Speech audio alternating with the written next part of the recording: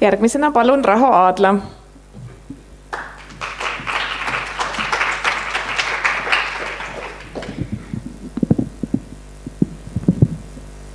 Nii,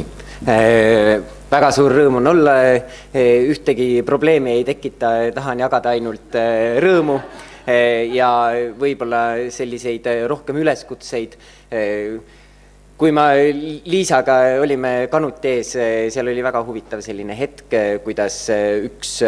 poiss, väike poiss tegi oma emast pilti ja siis ta vend oli kõrval ja tal ei olnud midagi teha ja siis ta hakkas niimoodi tantsima. Ja siis sellest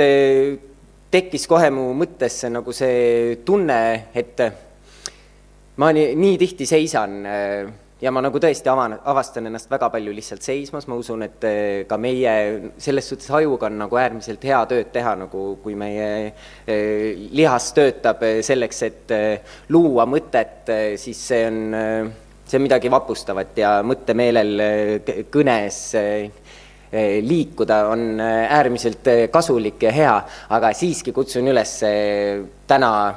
kui mitte STL-is, aga kui kuskile niimoodi koju minna või siis tänava peal või siis poes natukene ennast liigutada ja lubada nagu tõesti oma kehalt tantsida rahvusvahelise tantsupäeva auks ja puhuks, siis ma arvan, et me peaksime seda kõik tegema. Et mul juhtus Viljandis tantsunädalal, kui ma jõudsin kolmapäeval sinna, osad on juba seda kuulnud, ma jahusin sellest seal terve Viljandi aeg, et ma käisin metsas ja ma nägin nii palju loomi, aga millest ma ei rääkinud, mis mul tuli meelde, oli see, et ma olin Tänassilma jõe peal, seisin silla peal ja siis seal olid koprad ja see kõige suurem selline vana kobras, kes oli siis umbes nii pikk ja nii lai, ta niimoodi piilus mind ja ma ei osanud midagi teha, ma nagu kangestusin ja ma nagu vaatasin ka, siis tema vaatas, siis ta ujus silla alt läbi niimoodi kaugele võsa sisse ja siis hakkas seal pilliroos niimoodi peksma oma sabaga niimoodi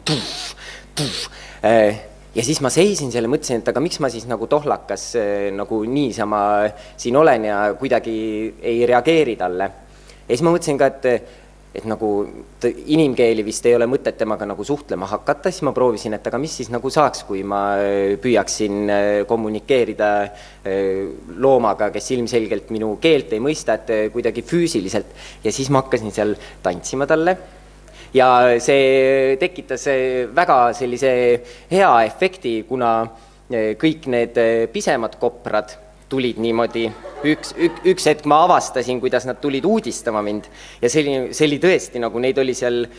3 poega, kes niimoodi, nemad ei suutnud veel nii hästi, nad ei kontrollinud ennast, see vana oli selline, et ta võttis kopsud õhku täis ja ta pani lihtsalt 30 sekundit vee all ilma mingite probleemideta, tuli vee peale ja nagu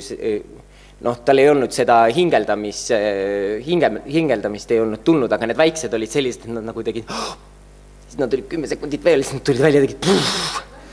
nii, et mul oli pidevalt nendega kogu aeg silmkontakt ja siis nemad niimoodi sukeldusid ja siis tulid kuskil kõrkeses välja, mina muudkui tantsisin neile ja ma ütlen, et nagu loodusega saab päris hästi liikudes nagu kuidagi ühendusse, et ma soovitaks kõikidel minna, kui mitte siis tänavale, siis vähemalt metsa tantsima, palun. Ja, aitäh!